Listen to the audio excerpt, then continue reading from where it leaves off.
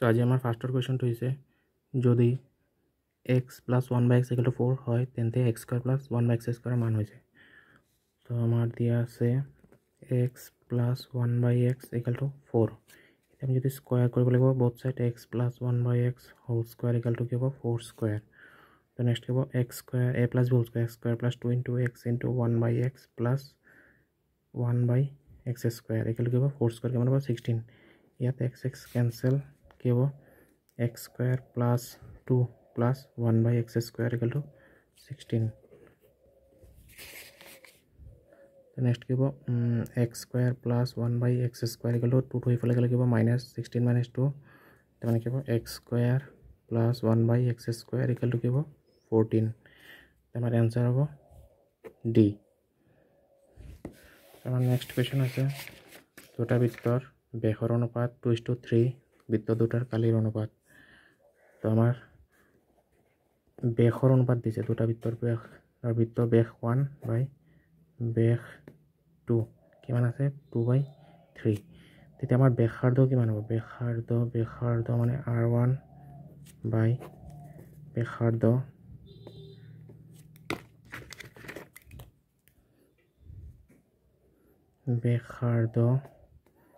r2 কিমান হ'ব আধা হৈ যাব আমাৰ কিমান 2/2 ইয়াত কি হ'ব 3/2 এইটো কিমান হৈ যাব এইটো 1 থাকিব ওপৰত আৰু তলত থাকিব 3/2। এতিয়া আমি যদি কালি ওলাব গ'লে কিমান হ'ব পাই r1 square by pi r2 square তাৰমানে কিমান হ'ব পাই কেঞ্চেল r1 আছে 1 r2 আছে 3/2 হোল স্কুৱাৰ কিমান হ'ব 1 এইটো হ'ব 9/4।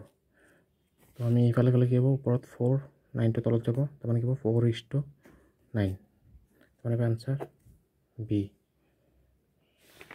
নেক্সট আমাৰ কুৱেশ্যন আছে 12 সেন্টিমিটাৰ বাহুৰ দৈৰ্ঘ্যৰ সমবাহু ত্ৰিভুজ এটাৰ কালি। আমাৰ সমবাহু ত্ৰিভুজৰ কালি কি আছে √3/4 ইনটু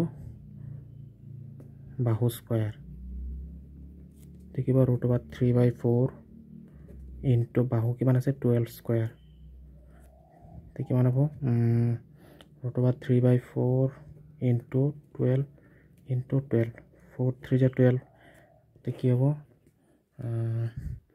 12 ইনটু 3 কিমান হ'ব 36√3 cm স্কুৱাৰ দেখিব 36√3 আনচাৰ ডি।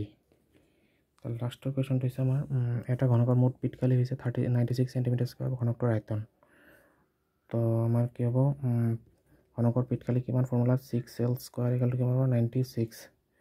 তো l স্কুৱাৰ কিমান হ'ব 96/6 কাটাকাটি কৰিলে 16 তাৰমানে l স্কুৱাৰ ইকুৱেল টু 16 তাৰমানে l square equal two 4 square l square equal two 4 square square square cancel l equal to কিমান হ'ব 4 সেন্টিমিটাৰ।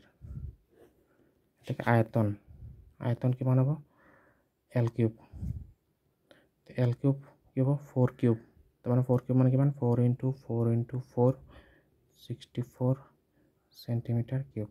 এনচাৰ হ'ব ডি।